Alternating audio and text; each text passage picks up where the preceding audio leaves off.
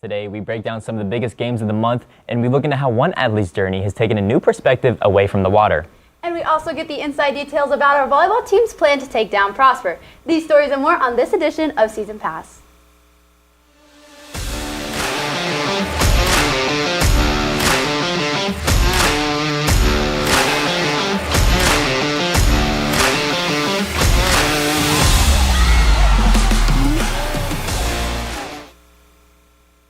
What's rockin', Rock Nation, and welcome to the first episode of Season Pass. I'm Chris Scamardo. And I'm Aliyana Sanchez. We have a great show in store for y'all today. Starting off, Chris, do you want to get us started off with water polo? Of course, Allie. I want to start us off by taking a look at our first win of the season against Richland High School for both our girls and our boys. With them bringing a new team to the table this year, it's been hard for them to get their feet out of the water. Our last meeting with the boys, we were able to take an 18-6 win, and with our girls finishing the match, a 21-9 win. So just by looking at the records, I think we should have a good chance to add another 2 wins during our second showdowns of both seasons this Saturday. Another good game that I'll keep my eye open for is our game against Walnut Grove. But first, I want to take a step back to a few weeks ago where our boys played the Wildcats in a nail-biter. The score did not represent the game well, as it was a close one coming down to the last 3 minutes of the game. It was in back and forth throughout the match, but unfortunately, Walnut Grove went on a run and scored 7 straight to close out the game. Overall, for the boys' season, though, we've had one player, our homecoming king, Sebastian Valdivino, standing out in about every major stat there is right now. He's on pace to break the single-season goals record for Rock Hill, which is currently standing at 46 goals. Now, looking at our girls' team, it's been a similar success story. However, something to look forward to is the freshman-senior duo, Kaylin Johnson and Amber Cruz. That's right, Chris. I'm super excited and super blessed to see the fact that our Blue Hawks are up on the stat leaderboards, and especially with the duo Amber and Kaylin. Exactly. It's great to see a senior that can be there for the freshmen, give her some wisdom. You know, it's great. It'll be a great year for her in the next coming years. So keeping all that in mind, the next game I'm looking forward to is definitely this Friday when Rock Hills tries to take their revenge against the Walnut Grove Wildcats. I mean, it's going to be a great showing. We have 2 teams that are ready to compete, and I know one player in specific who has this game marked on his calendar. I spoke to Landon Cox earlier in the week, and he said, I'm looking forward to facing Walnut again. They've got some talented players, but I feel like we've got something to prove, and I'm ready to get that revenge. Speaking of Landon, I believe there's a story on him with his condition with water polo, right? That's right, Allie. I mean, recently he's been diagnosed with high blood pressure, which has unfortunately cut his journey short. Luckily, we have a reporter here with the story. Water polo has always been a big part of his high school experience, but after recently being diagnosed with high blood pressure and a rapid heart rate, his playing days were cut short, and he won't compete after September. Rather than stepping away completely, he is finding a new way to stay involved with the team. As unfortunate as it is, I'm very excited because I'm still going to be involved with the team as being a manager. I'm still going to go to every game, support my team. And I'm really excited just to see freshmen and everything develop throughout the year. And I'm excited to just coach and everything and be there throughout, or be there a part of their journey, although mine might be ending right now. Even out of the pool, Landon's mentality has taken a change, with his new perspective continuing to influence the future of the team. I've seen him shift from being a teammate to more of a coach, a role model for us, because he knows he can't be in that position to be our teammate anymore. I think he's a great leader. He likes being on the pool deck there with us, even if he can't get in. He likes being there and leading the team and telling us what to do, giving us tips. With these being Lynn's last few games at Rock Hill, his focus is on building connections and enjoying his last chapter with the team. I'm really trying to make sure I spend as much time with everyone on the team before I can't anymore. I'm going to kind of not focus on myself and what I could do, but I'm going to try to make sure everyone gets an impact and not just me. With Landon's last few water polo games coming up during swim and dive, you may not be able to see him in the water, but you can always see him cheering on his team from the deck. For Hilltop News, I'm Ed Reporter. You can catch Landon playing his last home game against Walnut Grove on Friday at 8:15 p.m. Earlier this month, our volleyball team faced off against Prosper at home for their first rivalry game. Although it was a tough game, Prosper came on top 3-1. Some leaders in stats include Sharika Okarori with the top hitting percentage and total blocks, Maddie McDaniel with kills and kills per set, Emma Alexander with digs per set, serving aces, aces per set, digs, and receptions. On October 10th, our volleyball team goes up against Prosper one last time this season, giving them a chance at redemption. Now we have a special guest in studio today to give us insight into the volleyball season. Yukla?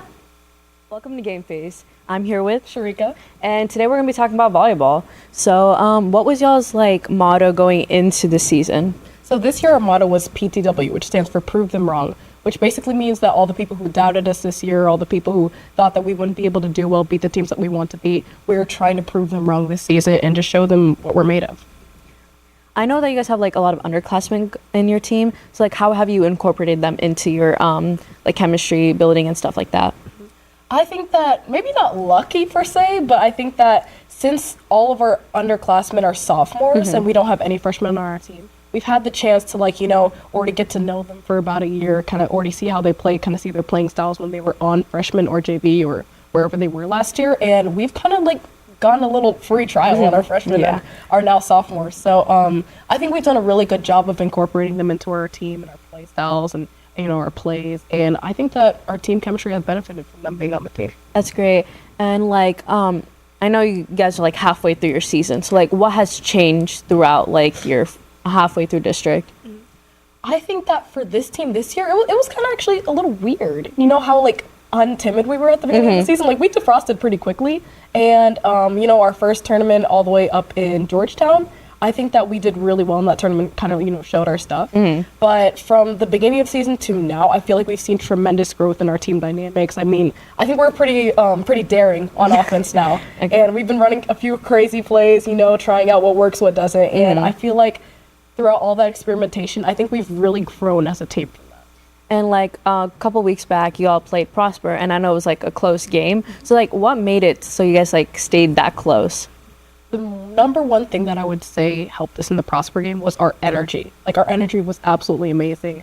I mean, me personally, Prosper's always my favorite game. That's a rivalry game. You got to show out. And I really, really love playing Prosper because usually they're a pretty energetic team or they're either pretty disciplined, the three horsemen of volleyball. So I really, really love that Prosper game. At the beginning, I did feel like maybe we were a little bit timid because it was a rivalry game, but, it'll be expected sometimes, since there's a lot of stakes, there's a huge audience, there's things like that.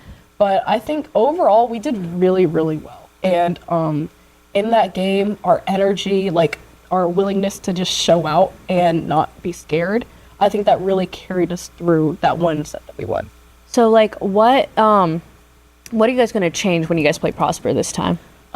I think just more energy. Y'all already know me. I love energy. I love being the most energetic person in the gym. And you can never have enough of it.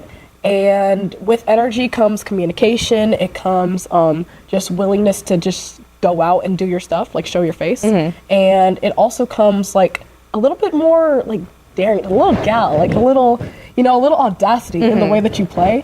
And with that, I feel like we would really benefit from just being really loud, just being able to just go in. So, thank you for coming into the studio, and that's all for Game Face. Back to you guys at the desk. Now, with last week being our homecoming week, it was disappointing to come home losing our game. Princeton has been a great team this year with an undefeated record so far. It was a difficult matchup with causes to be down for most of the game. Towards the last 2 minutes, we found ourselves losing by 2 touchdowns. Yet we moved the ball down, and we were able to put one in close to lead down to 1 score. With no timeouts left, we were forced to try an onside kick with hope in the crowds. We still picked it up and kept pushing. A pass interference call in the end zone allowed us to have the first and goal at the 1-yard line. After a few tries and 10 seconds left on the clock, the Princeton Panthers intercepted Nate Vincent's ball, finishing the game right there and then. It'll be a tough one next week as well with us playing Plano West, another undefeated team. However, if it's Friday night, anyone can come home with a win. Speaking of, I feel like Jordan Mosley is our biggest threat to stop against Plano East. He's had 612 touchdowns or yards with touchdowns, and I think that's pretty. No, I agree. I mean, over 150 yards a game average. That's insane numbers coming from 4 games. I mean, if we can stop Jordan Mosley in that passing game, then we can win that game this Friday. And onto the NFL, the Dallas Cowboys have had a tough loss against the Chicago Bears this past Sunday, losing 31-14. This brings their record to 1-2, leaving them third in the NFC East. Next week, it'll be a huge one as they play at home against the former Cowboy Micah Parsons and the Green Bay Packers.